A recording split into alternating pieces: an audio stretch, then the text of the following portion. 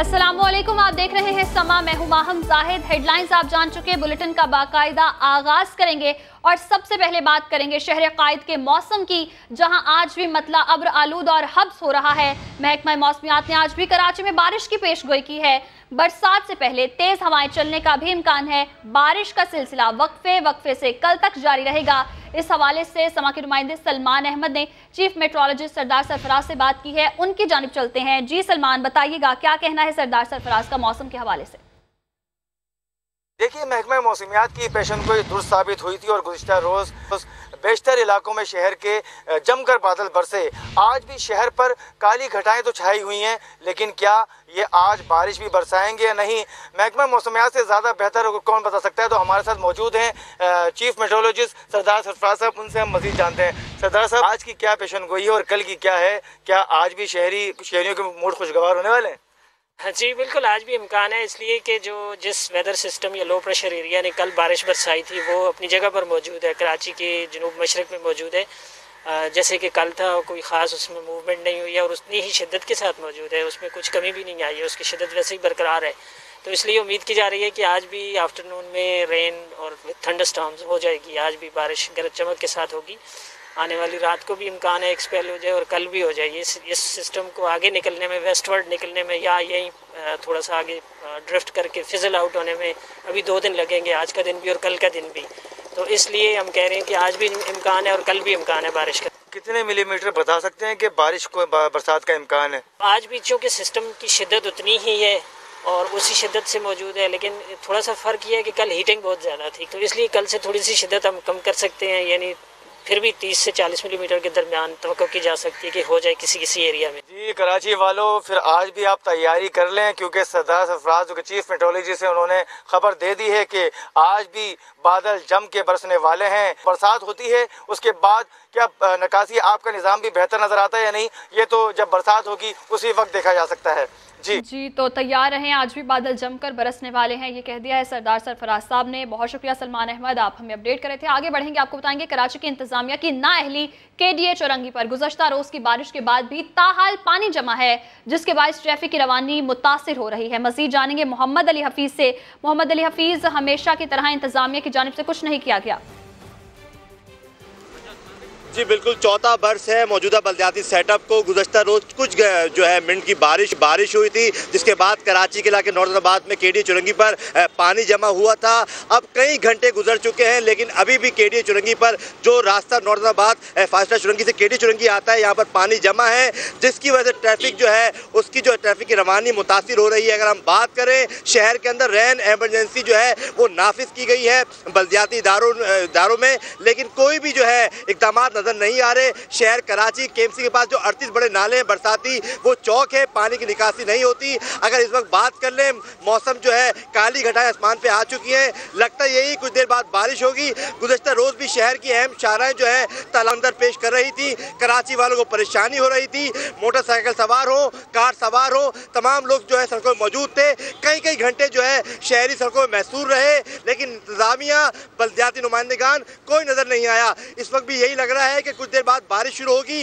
नौरदाबाद की अहम शाहराएं जो है तालाब का मंजर पेश करेंगी। इसके अलावा औरंगी टाउन हो, कुरंगी हो, डिस्ट्रिक्ट साउथ हो, हर जगह यही सूरत हाल है।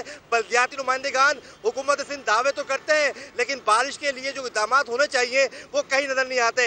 ऐसा लगता है कि 4 बरसों से हर मानसून में कराची को लावारिस छोड़ दिया जाता है, सिर्फ दिखावे के फोटो सेशन के लिए दौरे होते हैं। इस वक्त कोई इक़दाम नहीं किए गए, कराची को हमेशा की तरह लावारिस छोड़ दिया गया है और शहरी जो हैं शदीद परेशान दिखाई दे रहे हैं। मोहम्मद अली हफीज़ हमारे साथ ही मौजूद रहेगा। दूसरी जानिब चलते हैं, कराची में बारिश का मौसम शुरू हो चुका है और ऐसे में बरसाती नालों की सफाई किस मरहले तक पहुंची है, खुर्शीद आलम से जानते हैं जो गुज्जर नाले पे मौजूद हैं।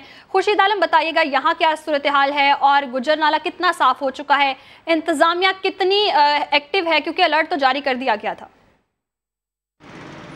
इंतज़ामिया बयानात की हद तक तो पूरी तरह अलर्ट है और सारे इंतजामात मुकम्मल हैं, लेकिन अमलन सूरत हाल ये है कि मैं गुलबर्ग में गुजर नाले पर मौजूद हूँ, जहाँ अब तक सिर्फ 4 डंपर कचरा उठा कर लेकर गए हैं। कैमरामैन फरहान यूसुफ आपको दिखाएंगे कि ये वो गुजर नाला है जहाँ पर सिर्फ इस हिस्से की अगर हम बात करते हैं तो यहाँ पर सैकड़ों टन कचरा मौजूद है, लेकिन सिर्फ इस मकाम से अब तक सिर्फ 4 बड़े डंपर से कचरा उठाकर लैंडफिल साइट तक पहुंचाया गया है। 14 किलोमीटर तवील ये गुजरनाला है। इंतज़ामिया को होश उस वक्त आता है जब मानसून का सीज़न सर पे आ चुका होता है। खुद हुकूमत ने दावा किया था कि 45 दिन में हम कराची के नालों को साफ़ करेंगे। सवाल ये है कि अगर बारिशें शुरू हो गई तो यह मरहला भी रुक जाएगा। और सबसे अहम बात यह कि कराची में जो 38 बड़े नाले हैं उनकी मजमूई लंबाई 265 किलोमीटर है और ये खुद ये बात तस्लीम की है, मेयर कराची ने भी बताई थी। लेकिन ये 265 किलोमीटर तवील नालों की सफाई का काम आखिरी मरहले पर क्यों शुरू होता है, कराची के शहरी यकीनन ये जानना चाहते हैं। उनका यह हक है कि जिन लोगों को वो नोट देते हैं, वोट देते हैं, वो आखिर उन्हें आखिरी लम्हों में डूबने के लिए क्यों छोड़ देते हैं, क्योंकि गुजर नाले के अतराफ में जो आबादियाँ हैं उनके मकीन सख्त खौफ के आलम में इस बार भी ज़िंदगी के दिन गुजार रहे हैं कि गुज़िश्ता साल की बारिशों की तरह इस बार भी जब बारिशें होंगी तो गंदा पानी उनके घरों में 2-2 फुट 2.5 फुट तक दाखिल हो जाएगा। जी, जो शहरी वोट देते हैं उन्हें डूबने के लिए छोड़ दिया जाता है और इंतज़ामिया की जानिब से इस बार भी कोई इंतजामात नहीं किए गए और कराची जो है पानी हुआ है। शाहराएं तालाब का मंजर पेश कर रही हैं, नाले साफ़ नहीं हुए। बहुत शुक्रिया खुर्शीद आलम और मोहम्मद अली हफीज़, आप हमें अपडेट कर रहे थे तमाम तर सूरत हाल के हवाले से। और बार बार खबरदार करने के बावजूद सिंध सरकार और कराची इंतजामिया ने कराची को बारिशों में डूबने से बचाने के लिए कोई खास इंतजाम ना किया। गुज़श्ता रोज सिर्फ 15 मिनट की बारिश से शहर की कई शाहराओं पर पानी जमा हो गया। मुख्तलिफ हादसात में 9 अफराद जाम बहक हुए। तफसीलात इस रिपोर्ट में देखिए।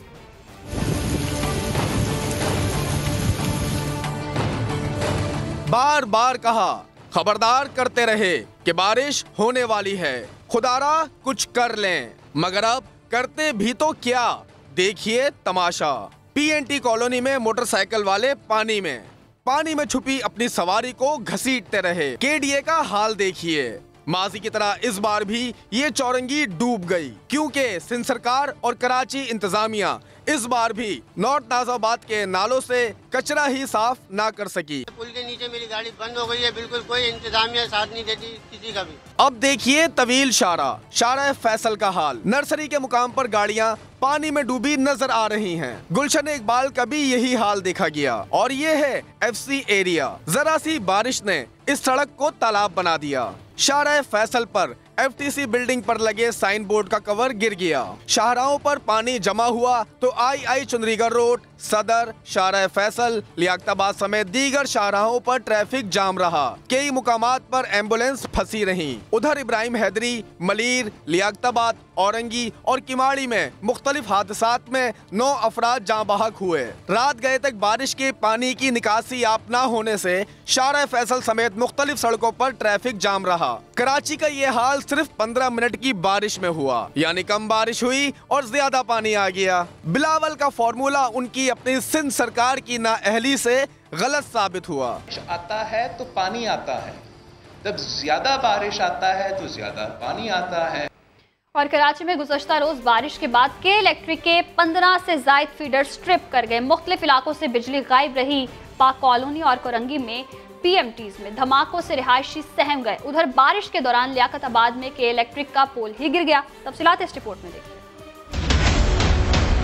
कई रोज से खतरे की घंटी बजाते महकमा मौसमियात वालों की किसी ने ना सुनी। के इलेक्ट्रिक इंतजामिया के तो कानों पर जूं भी ना रेंगी। बारिश होते ही एक एक करके के इलेक्ट्रिक के 15 से ज़ायद फीडर ट्रिप कर गए। Landhi, Shah Faisal, Gulshan Iqbal, Malir, Surjani, FB area, north Nazimabad, बादराबाद हो या फिर शरफाबाद, स्कीम 33 और सफूरा समेत दीगर इलाकों से बिजली गायब हो गई। माशाल्लाह से जब से जैसी बारिश हुई है वैसी लाइट चली गई और अभी तक आपके सामने देखें ये कोई ढकी छुपी बात नहीं, लाइट है ही नहीं। जिस इलाके में आप खड़े यहाँ कम से कम मेरे ख्याल जब से बारिश शुरू हुई है उसके बाद से लाइट नहीं है। बारिश तो हुई है, बहुत ये खुशाइन चीज़ है यार। हो सकता है इससे मौसम और हमारा खुल जाए, गर्मी की शिद्दत में कमी आ जाए, लेकिन उसके साथ साथ एक सबसे बड़ा मसला ये है कि लोड शेडिंग का है।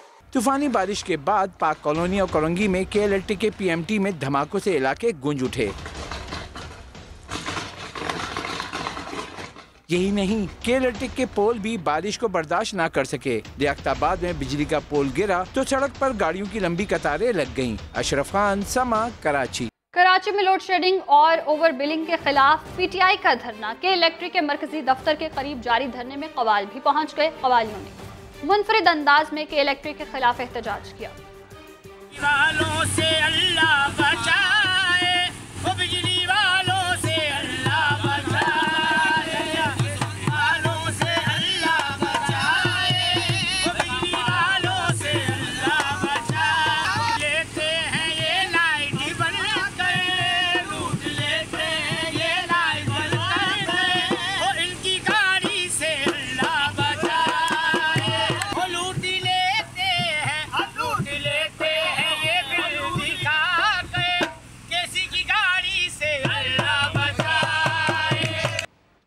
सफाई सुथराई के दावे तो बहुत हुए, लेकिन हैदराबाद में होने वाली कुछ देर की बारिश ने इंतजामिया के दावों का पोल खोल दिया। इतवार को होने वाली बरसात का पानी 2 रोज बाद भी सड़कों पर मौजूद है, जबकि महकमा मौसमियात ने आज भी बादल बरसने का इम्कान जाहिर किया है। इस हवाले से मजीद जानते हैं समा के नुमाइंदे पवन कुमार से। जी पवन, बताइएगा।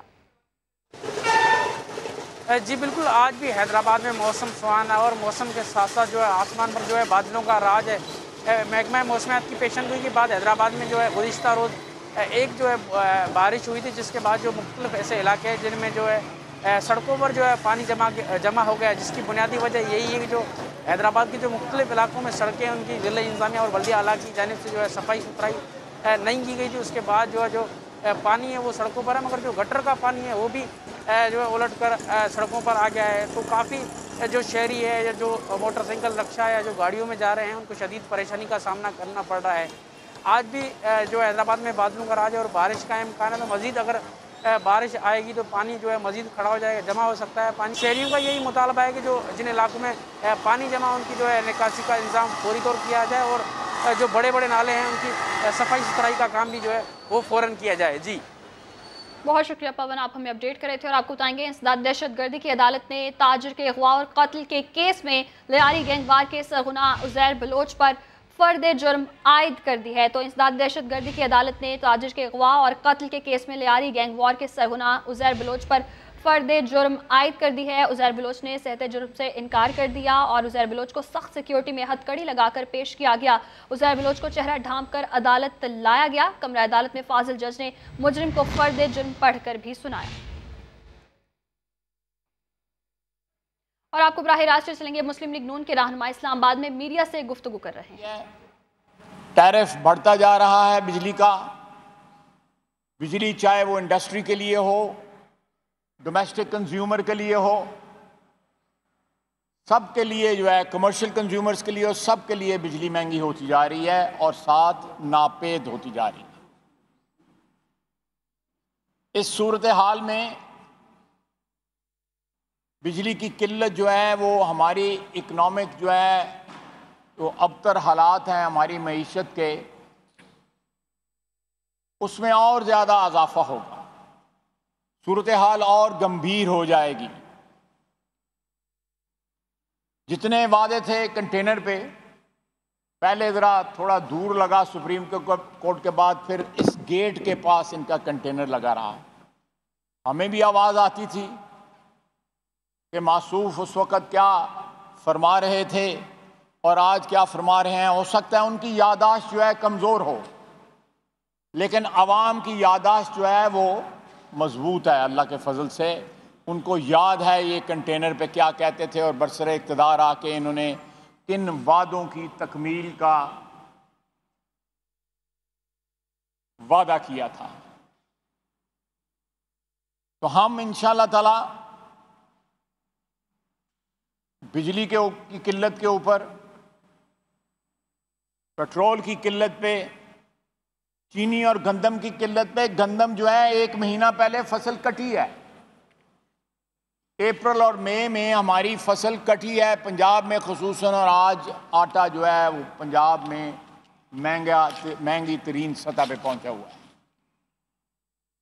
हुकूमत की सरपरस्ती में इस वक्त माफिया पल रहे हैं। अगर कम थे उनकी तादाद में भी इजाफा कर दिया गया है। कोई यूटिलिटी स्टोर्स के जरिए किसी को ओब्लाइज किया जा रहा है, किसी को ईसीसी के जरिए किया जा रहा है, किसी को कबीना के जरिए किया जा रहा है। एक लंबी दास्तान है। ये इतनी तेज रफ्तारी के साथ माफिया की सरपरस्ती कर रहे हैं कि उसका ट्रैक रखना भी जो है मुश्किल है।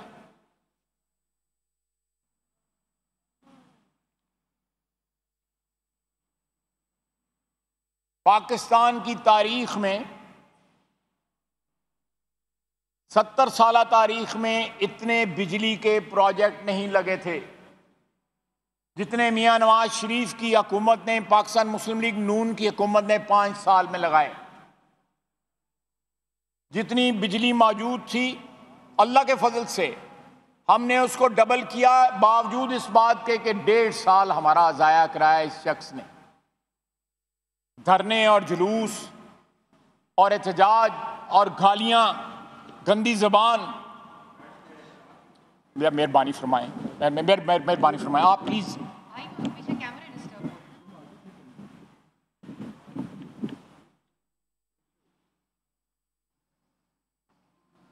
इस सूरत हाल में एक जो है 4-5 साल इनके पास हुकूमत रही केपी की, केपी का एक प्रोजेक्ट दिखा दें, एक प्रोजेक्ट दिखा दें जो बिजली का इन्होंने लगाया हो। हमने इनको हाइडल पावर का जो प्रॉफिट था जो 1993 से पेंडिंग था, हमने 72 अरब रुपया इनको दिया। एक प्रोजेक्ट दिखा दें, एक प्रोजेक्ट, कोई प्रोजेक्ट नहीं इन्होंने लगाया केपी में। इनके पास अपॉर्चुनिटी थी, आज भी उस वक्त के इनके शुरू हुए प्रोजेक्ट जो हैं वो मकबरे बने हुए हैं जिनमें बीआरटी सरफहरिस्त है। मियां नवाज शरीफ के शुरू हुए प्रोजेक्ट कोई आधा था, कोई 25% था, कोई 75% था। आज उनके ऊपर तख्ती लगा के ये क्रेडिट लेने की कोशिश कर रहे हैं और आवाम के इज्तिमाई शऊर की तौहीन कर रहे हैं। हम इस मुश्किल वक्त में इंशाअल्लाह ताला आवाम के साथ खड़े हैं और इस हुकूमत की नाकामी, नाअहली और करप्शन को बेनकाब करते रहेंगे और जो इम्तियाजी सलूक जो है कि इनको कोई और जो है वो करप्ट नजर नहीं आता, अपनी सफ़ों में सारे जो हैं वो करप्ट जो हैं। जब हम बिजली मंसूबे लगा रहे थे तो मौजूदा वज़ीर-ए-आज़म बिल जला रहे थे, ये कहना है ख्वाजा आसिफ का मीडिया से गुफ्तगू करते हुए। यहाँ वक्त हुआ है ब्रेक का, आप रहिए समा के साथ। बात कर लेते हैं ईद कुर्बा की मनसूबा बंदी के हवाले से। तो कोरोना और लॉकडाउन के बायस क़ुव्वत ख़रीद कम हुई तो शहरी ईद उल अज़हा पर इज्तिमाई कुर्बानी की मनसूबा बंदी करने लगे। ताहम हुकूमत की जानिब से मवेशी मंडियों और कुर्बानी के लिए SOPs जारी न होने से लोग परेशान हैं। रावलपिंडी से सदाकत अली की रिपोर्ट देखिए। तवील लॉकडाउन और कोरोना से मुतासर रोजगार, शहरियों की कुव्वत खरीद में नुमाया कमी आ गई। कुर्बानी के ख्वाहिशमंद शहरियों ने इसका हल ढूंढा इज्तिमाई कुर्बानी में। लोगों की कुव्वत खरीद इतनी कम हो गई है, जो लोग पहले अपना जानवर खरीदते थे वो इस दफ़ा इज्तिमाई कुर्बानी की तरफ आ रहे हैं, क्योंकि उनके पास पैसे नहीं है इतने कि वो अपना जानवर खरीद सकें, वो हिस्सा डाल रहे हैं। जज्बा ईमानी ने शहरियों को तो मौजूदा हालात में भी हिम्मत न हारने दी, लेकिन हुकूमती इदारों की सुस्ती इज्तिमाई कुर्बानी में भी आड़े आ गई। इज्तिमाई कुर्बानी का एहतमाम करने वाली तंजीमों को भी परेशानी का सामना है। मंडियों को डिसेंट्रलाइज करना चाहिए। 1 या 2 मुकामात पर मंडियाँ कामयाब नहीं होंगी, 5-7 मुकामात पर बनाएं, शहर के सराउंडिंग एरिया में बनाएं, तो इससे जानवरों की खरीदारी आसान हो जाएगी। मौजूदा हालात में हुकूमत को जल्द अज जल्द अपने SOPs जारी करने होंगे ताकि शहरियों की परेशानी दूर हो सके। शहरी इस बार सिर्फ कुर्बानी ही नहीं बल्कि SOPs पर अमल दरामद के लिए भी पुरअज़्म है, क्योंकि इसमें ही तहफ़्फ़ुज़ है। कैमरामैन मोहम्मद आमिर के साथ सदाकत अली, समा, रावलपिंडी। कराची में सुपर हाईवे मवेशी मंडी सज गई। इस बार जानवरों की क्या कीमतें हैं, गाय, बकरी और बैल कौन कितने में ले जाएगा, जानते हैं साद साबरी की रिपोर्ट में। बड़ी ईद के लिए कराची की सबसे बड़ी मवेशी मंडी सज चुकी है। यूं तो मंडी के अंदर कई किस्म के ब्लॉक्स मौजूद है जहां मुख्तलिफ किस्म के जानवर भी हैं, पर इस बार ईद पर कराची के शहरी किन रेट्स पर ये जानवर खरीद सकेंगे, चलिए आपको दिखाते हैं।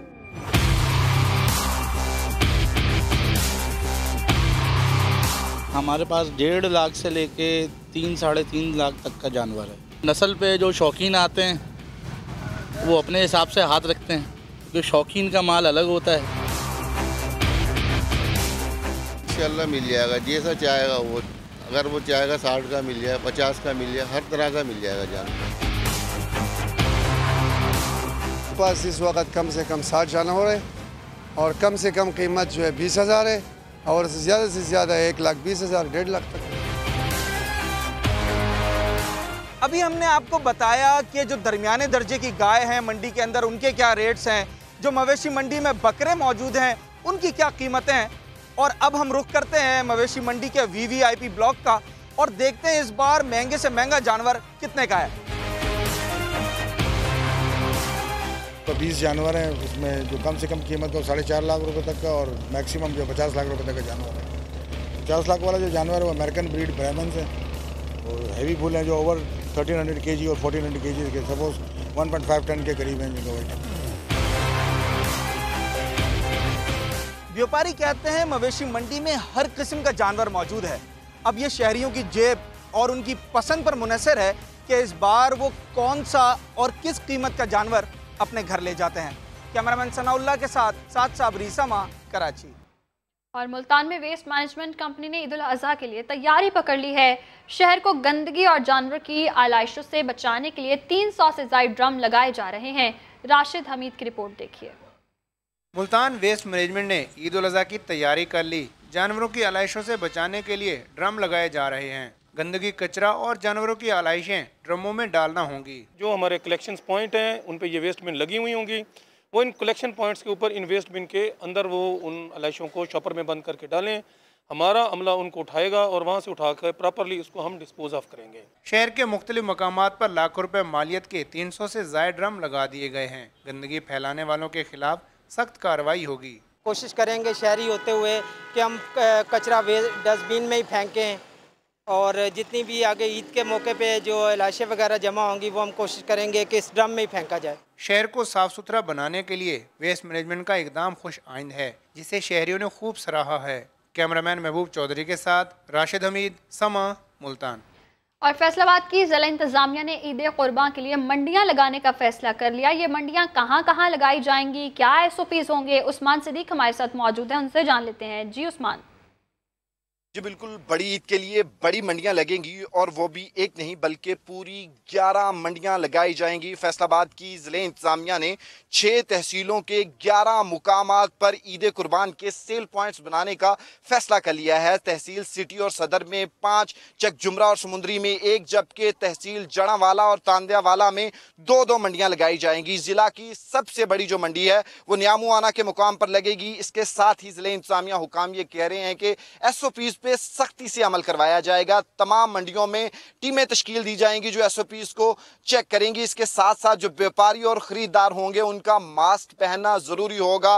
मंडियों में एक खानदान से सिर्फ एक फर्द को ईद कुर्बान के जानवर खरीदने के लिए जाने की इजाजत होगी। दूसरी तरफ जो व्यापारी हैं उनकी जानिब से भी ईद कुर्बान के लिए मंडियां लगाने के इस फैसले पर खुशी का इजहार किया जा रहा है, जिनकी जानिब से ये कहा जा रहा है कि वो अब इन मंडियों में आसानी से SOPs पे अमल करते हुए अपने जानवर जो हैं वो फरोख्त कर सकेंगे। जी बहुत शुक्रिया उस्मान, आप हमें अपडेट कर रहे थे। मुल्तान में कोरोना वायरस से बचाव के लिए निश्तर अस्पताल के इमरजेंसी वार्ड को डिसइंफेक्ट किया जा रहा है। मजीद जानते हैं समा के नुमाइंदे राशिद हमीद से। जी राशिद, बताइएगा। जी बिल्कुल, कोरोना वायरस से बचाव के लिए मुल्तान के निश्तर इमरजेंसी वार्ड को जो है डिसइंफेक्शन किया जा रहा है। इस वक्त जो है रेस्क्यू 1112 का जो अमला है वो यहाँ पर मौजूद है निश्तर इमरजेंसी में, और जो मुख्तलिफ जो वार्ड हैं और जो रूम हैं इनको जो है डिसइंफेक्शन किया जाए। इस वक्त जो है मुनीर साहब हमारे साथ मौजूद हैं, इनसे मज़ीद जानते हैं कि ये जो डिसइंफेक्शन किया जा रहा है इसका कितना असर जो है वो पड़ेगा और क्या फ़वाद हासिल होंगे। जी मुनीर साहब, ये बताइएगा किस तरह का जो ये जो है डिसइंफेक्शन है ये आप कर रहे हैं और इससे क्या फ़वाद हासिल होंगे। ये जी हम डेली बेसिस पे मुल्तान के मुख्तलिफ इलाकों में, शाहराहों में हम ये कर रहे हैं डिसइंफेक्शन, और इसमें क्लोरीन मिला पानी होता है जो कोरोना वगैरह के लिए मुफीद होता है, या कोरोना के जरासीम वगैरह कश करता है।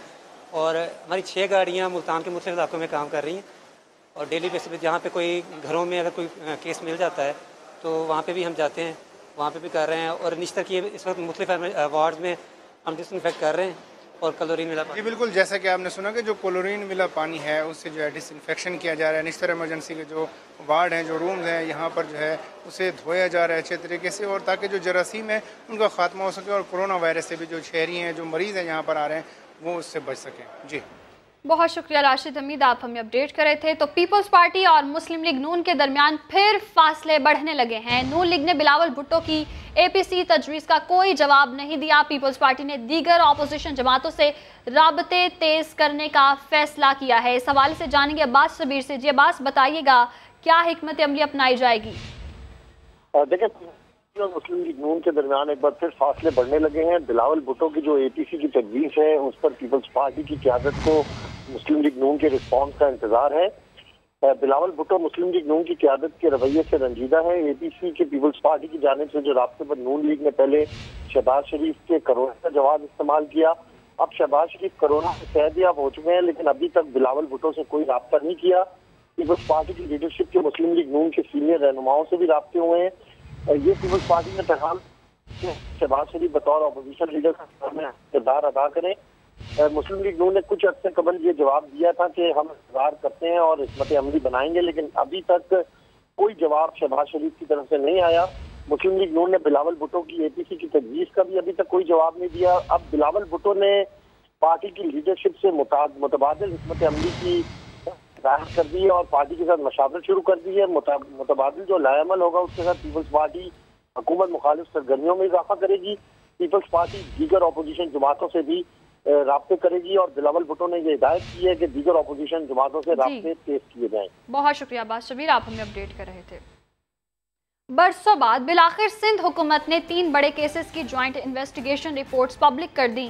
पाकिस्तान के 9/11 सानिया बल्दिया की तफ्तीश खराब करने में पुलिस को भी जिम्मेदार करार दिया गया। लियारी गैंग के सरगना उज़ैर बलोच की जानिब से कत्ले आम में भी पुलिस की मुआवनत का इंकशाफ हुआ है।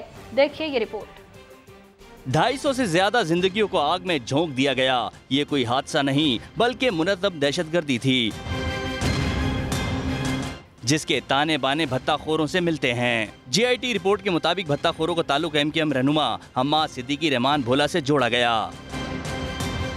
20 करोड़ रुपए भत्ता न देने पर गारमेंट्स फैक्ट्री को ही जला दिया गया। जीआईटी रिपोर्ट में वाकये की तफ्तीश को जानबूझकर खराब करने में पुलिस को जिम्मेदार ठहराया गया। लियारी गैंग के सरगना उज़ैर बलोच के कत्लेआम में भी पुलिस की मावनत का इंकशाफ किया गया। जीआईटी रिपोर्ट के मुताबिक बाप के कत्ल का बदला लेने के लिए अरशद पप्पू को कत्ल करने में कई पुलिस इंस्पेक्टर्स उज़ैर बलोच के बाजू बने। शेरशाह कबाड़ी मार्केट में कत्लो गारत गरी भी जब्बार लंगड़ा ने उज़ैर बलोच के हुक्म पर की। 11 लोगों को सिर्फ इसलिए मौत के घाट उतार दिया गया क्योंकि कबाड़ी मार्केट से भत्ता मुखालिफ सियासी जमातों को दिया गया था। रिपोर्ट के मुताबिक उज़ैर बलोच ने खुद पीपी के कारकुनों की टारगेट किलिंग का भी एतराफ किया। 2010 में बाबा लाडला और जब्बार लंगड़ा के जरिए रज़ाक कमांडो के भाई को भी कत्ल कराया। निसार मुराई की जेआईटी में संगीन तजादात का इंकशाफ हुआ है। निसार मुराई को साबिक चेयरमैन पाकिस्तान स्टील सज्जाद हुसैन के कत्ल में मुलव्वस बताया गया है। जेआईटी रिपोर्ट में वारदात की एफआईआर का भी जिक्र है, लेकिन कत्ल क्यों किया, किसके कहने पर किया, किसके साथ मिलकर किया, कोई तफसील मौजूद ही नहीं। रिपोर्ट की तजादात पर देखिए ये रिपोर्ट। कितनी मालियत की कौन कौन सी बंदूकें खरीदी गईं, कितना भत्ता लिया, कितना आगे दिया, कितनी जमीनों पर कब्जा किया और कैसे किया। जुल्फिकार मिर्जा के साथ छोटे छोटे जराइम की बड़ी बड़ी तफसीलात मौजूद। एमकेएम हकीकी के आफाक अहमद का भी जिक्र, लेकिन सबसे बड़ी वारदात साबिक चेयरमैन पाकिस्तान स्टील सज्जाद हुसैन के कत्ल का रिपोर्ट के आखिर में सरसरी सा जिक्र। एतराफे जुर्म मौजूद, लेकिन कत्ल क्यों किया, किसके कहने पर किया, किसके साथ मिलकर किया, कोई तफसील मौजूद नहीं। जबकि अली जैदी की जानिब से पेश की गई जेआईटी में निसार मोराई ने सज्जाद हुसैन के कत्ल का हुक्म जरदारी की जानिब से दिए जाने का एतराफ किया था। इसी तरह ऑनलाइन रिपोर्ट में मोराई की बतौर चेयरमैन फिशरीज डायरेक्टर्स की तकर्रुरी, पोस्ट मुलाजिमीन की भर्ती, मीडिया को रिश्वत देने तक का जिक्र मौजूद है, लेकिन मोराई की अपनी बतौर चेयरमैन तकर्रुरी का कोई जिक्र नहीं। 18 सफहात की जेआईटी में मोराई ने अपनी चेयरमैन फिशरीज तकर्रुरी के लिए फरियाल तालपुर को करोड़ों रुपए भत्ता देने का एतराफ किया था। इन तजादात को देखकर सवालात सर उठा रहे हैं कि क्या ऑनलाइन की जाने वाली जेआईटी मुकम्मल है या फिर अली जैदी के हाथ लगने वाली गैर दस्तखत शुदा जेआईटी। कराची के इलाके जमशेद टाउन में कार शोरूम पर डकैती की बड़ी वारदात हुई है। चोर गुज़श्ता रात 2 करोड़ 38 लाख रुपए नकदी लूट के फरार हो गए। मजीद जानते हैं सऊद बिन मुर्तजा से। सऊद, बताइएगा क्या कार्रवाई अमल में लाई गई, कुछ पता चल सका, ये डकैत कौन थे? जी बिल्कुल, देखिए जमशेद टाउन का इलाका है। जमशेद क्वार्टर थाने की हदूद में गाड़ियों का शोरूम है। वहाँ पर बताया जा रहा है कि गुज़श्ता रात कार सवार मुसल्लह मुलजमान आए, जिसमें से एक मुलजिम गाड़ी में, जबकि 4 अंदर आए। असले के जोर पर जो दुकान शोरूम पर मुलाजमीन थे उनको यरगमाल बनाया और जो मोबाइल फोन और जो दीगर था वो लूटा। उसके बाद इन्होंने बताया जा रहा है कि तिजोरी में तकरीबन 2 करोड़ 38 लाख रुपए नकदी थे, वो भी वहाँ से चोरी किया और उसके बाद फरार हो गए। और मुलजमान जाते जाते जो सीसीटीवी कैमरों का डीवीआर सिस्टम होता है वो भी अपने साथ ले गए। SSP का कहना है कि वाक़े की मुख्तलिफ ज़ावियों से जो है तहकीकात की जा रही हैं। इस वाक़े का मुकदमा भी दर्ज कर लिया गया है। जी बहुत शुक्रिया सऊद, आप हमें अपडेट कर रहे थे। कराची का एक ऐसा इलाका भी है जहां रात तो रात, दिन में भी लुटेरे दंदनाते फिरते हैं। मकीन खौफ की वजह से अपने घरों में महसूर हो गए हैं। हर घंटे में एक शख्स को लूट लिया जाता है। तफसीलात देखिए आमिर मजीद की रिपोर्ट में। बज़ाहिर तो कराची में कोई नो गो एरिया नहीं है, लेकिन कराची का एक इलाका ऐसा जरूर है जहां पर डकैतों ने आवाम की जिंदगी अजीरन कर रखी है। वो इलाका कौन सा है और वहां के मकीन कैसे जिंदगी गुजार रहे हैं, आइए देखते हैं।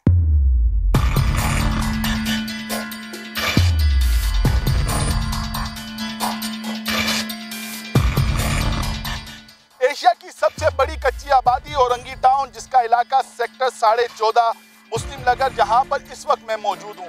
मेरे कैमरामैन मोहसिन अली अगर आपको दिखा सकें तो ये पूरा इलाका पहाड़ियों पर बने हुए जो है ये घर हैं, जहां पर आमदो रफ्त का भी कोई निज़ाम नहीं है। सड़कें यहाँ पर कच्ची हैं, लेकिन इसके बावजूद डकैत बआसानी इस इलाके में आते हैं, किसी भी वक्त आ जाते हैं, छीना छपटी करते हैं और फरार हो जाते हैं। यहाँ के रहायशियों से मालूम करते हैं कि वो जिंदगी कैसे यहाँ पर गुजार रहे हैं।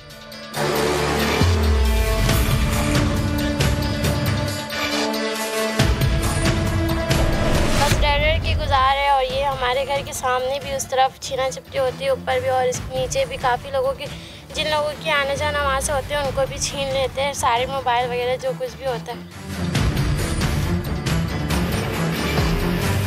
यहाँ तो लोगों का बाहर बैठना दुश्वार है। एक तो काम काज नहीं होता है, लॉकडाउन की वजह से हम लोग खुद परेशान हैं, और इसके अलावा अगर जब बाहर निकलता बच्चा भी निकलता है, कोई मोबाइल फ़ोन हो कुछ भी हो तो चिंता ही कर लेते हैं लोग, और ना हो तो मार के भी चले जाते हैं। अभी पिछले दिनों हमारे इलाके में वारदात हुई है, दानिश नाम का बंदा, उसको गोली मार के चला गया। यहाँ पर चिंताई बहुत होती है, इतनी चिंताई होती है कि मगरिब के बाद से रात में हम मस्जिद तक नमाज़ पढ़ने भी नहीं जा पाते हैं, और हर घंटे में समझ लें यहाँ पर चिंताई होती है कि बंदा यहाँ पर बाहर बैठ नहीं सकता है। यहाँ पर वो हाल है कि घर से भी निकल के लोग बैठ जाए, मोबाइल चला रहे हो तो वो छीन कर ले जाते हैं। जी बता ये रहे हैं कि हर घंटे के बाद यहाँ पर कोई ना कोई आता है और बताता है कि उससे मोबाइल छीन गया है। पाकिस्तान बाजार थाने की हदूद है। इलाका मकीन कहते हैं दिन के वक्त ये आलम है, और रात के वक्त तो अपने घर से निकल कर कहीं और जाना भी इनके लिए एक ख्वाब है।